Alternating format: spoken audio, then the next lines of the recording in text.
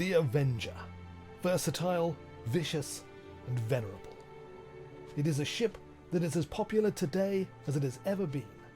A workhorse that you can own without winning the Hurston Workers Lottery or having your software idea bought by Microtech, presumably so they can put it in their giant underground vault for the rest of time.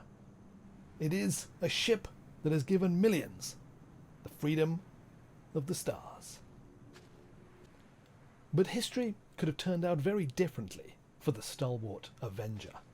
Indeed, for a time it seemed likely that it would be the very last ship ever produced by the legendary military shipbuilder Aegis Dynamics, a company whose long and storied history dates back to before the creation of the United Empire of Earth itself, and without which, it is no exaggeration to say, humanity's story of expansion into the stars may have faltered or even failed entirely.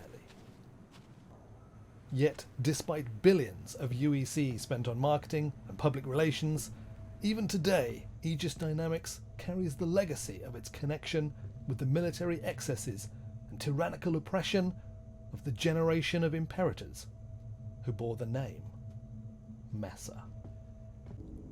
By the turn of the 29th century then, Aegis Dynamics was on its knees. The Avenger, conceived to answer the Navy's need for a new, flexible carrier strike craft, was out of favour and rapidly being replaced by more specialised rivals. Across the military, contracts were being pulled from the ailing corporation that was now seen as toxic, perhaps even irredeemable. The end for Aegis and its long and illustrious line of ships seemed imminent, but while the company and the Avenger may have been down, they weren't out yet. To understand just how remarkable the comeback would be, we have to go back to the very beginning, to before anyone had ever heard of the name Messer. Founded in 2532, Aegis Dynamics was forged in a time of rapid exploration and expansion. Human civilization had reinvented itself, embracing the growing power and influence of colony worlds. It had styled itself the United Planets of Earth, looking ever outward to a glorious destiny among the stars. First contact with the Banu, a century earlier, had failed to result in the doom that many had predicted. In fact, quite the contrary. Banu trade and cultural exchange was flourishing, enriching both races. But this golden age of optimism wasn't to last.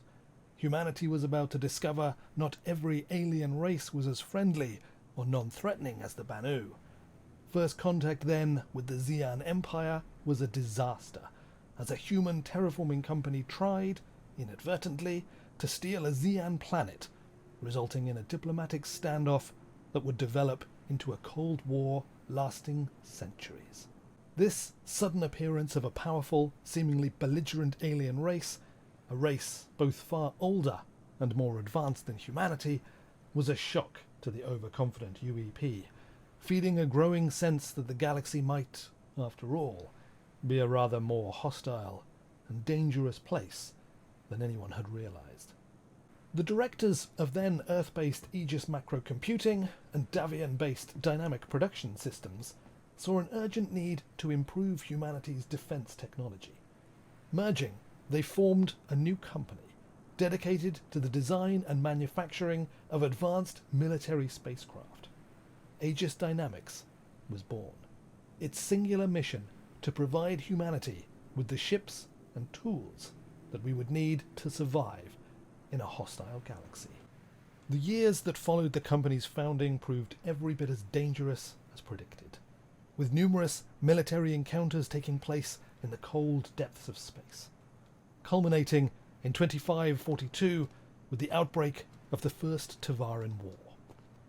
Aegis, however, had been busy, winning bids to build new generations of combat systems and strike craft, including the legendary P-5G Gladius light fighter and the Retaliator bomber, ships that would prove decisive in the Tavaran campaign, giving the UEP Navy the technological advantage it would need to prevail against the highly tactical and aggressive Tivaran forces. This technological advantage proved vital during the Battle of Idris IV, when a young military officer took command of a failing operation. Cut off and behind enemy lines, his troops were on the brink of being overwhelmed. The officer would call in danger-close retaliator strikes deep in the enemy territory. The bravery and skill of those retaliator pilots, coupled with the power and precision of the Aegis craft, saved the operation. The battle was a turning point in the Tivaran War and cemented Aegis's reputation, earning the respect, even admiration, of military veterans and the public alike. The young officer whose victory depended so heavily on the Aegis ships was named Ivar Messer. Riding the popularity of his victories in the war, Ivar Messer would go on in 2546 to become the first citizen of the UEP, and shortly thereafter to name himself Imperator of the newly declared United Empire of Earth, and in the process usher in a regime that would dominate human history, a period that would forever be known as the Messer era. Messer set about creating the largest military-industrial complex to have ever existed, and Aegis Dynamics, manufacturing hero of the Tivaran War, was ready to deliver whatever the new Imperator needed. A bond was forged between the young corporation and the Messer dynasty that would endure for centuries. It was a marriage made quite literally in the heavens, and bound in blood and steel. Ivar's favour towards Aegis Dynamics would, much like his title, be inherited by his heirs. Thus, the fortunes of the company flourished through generations of the Messer line, reaching its zenith under CEO Hannah Chan, who enjoyed a deep personal friendship with Ileana Messer, the fifth Imperator of the Messer line. First contact with a new and aggressive species, the Vandal, would give Ileana the opportunity to stoke public fear and thus tighten her grip on the Empire. Aegis Dynamics, as always, was ready to satisfy any new demand. What followed were some of the most extravagant and many argue corrupt contracts ever awarded to the company, and, on a darker note, saw Aegis ships increasingly being used not to defeat alien enemies in the far-off reaches of space, but instead to crush human opponents at home. Ileana's patronage ensured that throughout the 27th century, Aegis went from strength to strength, gaining a near-total monopoly of shipbuilding for the Navy. And with a succession of victories, including the Second Tivaran War, Aegis Dynamics was stronger than ever, presenting itself as both the sword and the shield that would forever protect humanity from the darkness. As the 28th century dawned, Aegis Dynamics was riding high. Few could have guessed, as the new millennium gathered pace, just how much everything was about to change. In the darkness beyond humanity's farthest frontier, a great storm cloud was gathering, preparing to unleash its fury on an unsuspecting humanity. In 2712, 31 years after first contact, they struck. A massive Vandal incursion would fall upon humanity and its defenders like a sledgehammer.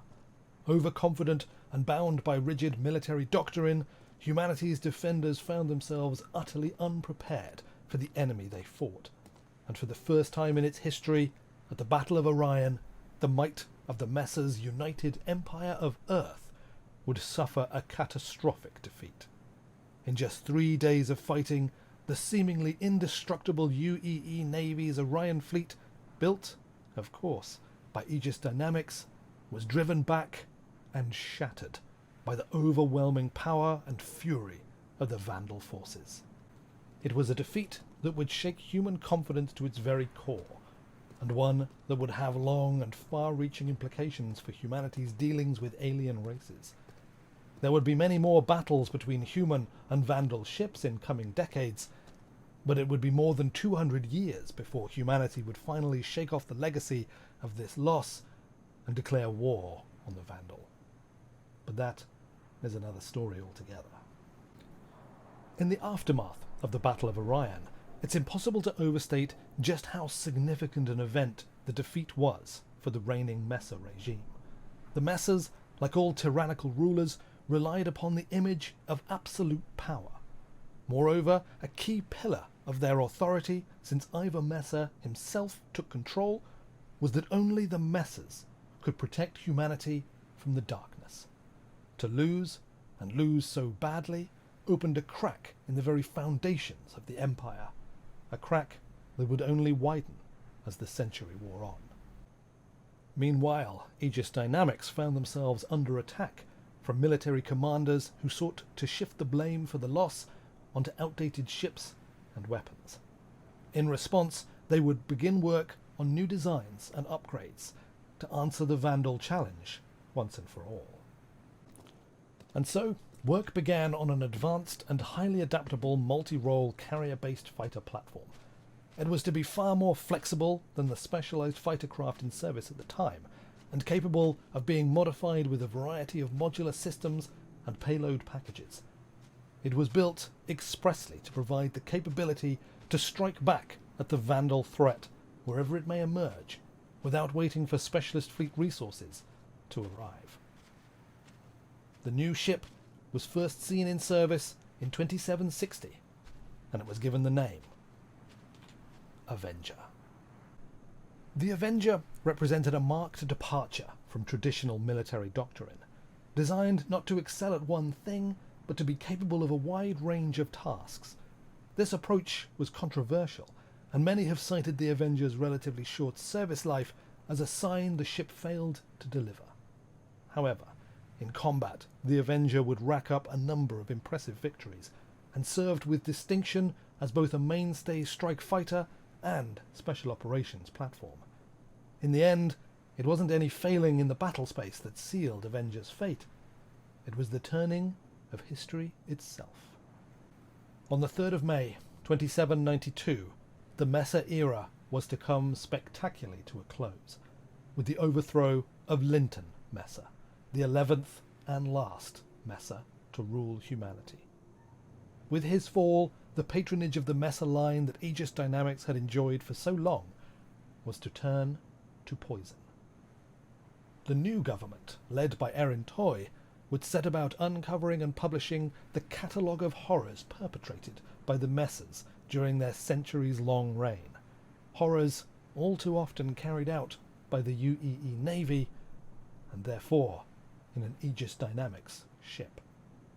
The resentment and anger that had led to the revolution simmered on, and with the Messers gone, the new regime sought to distance themselves as much as possible from the remaining symbols of the dictatorship.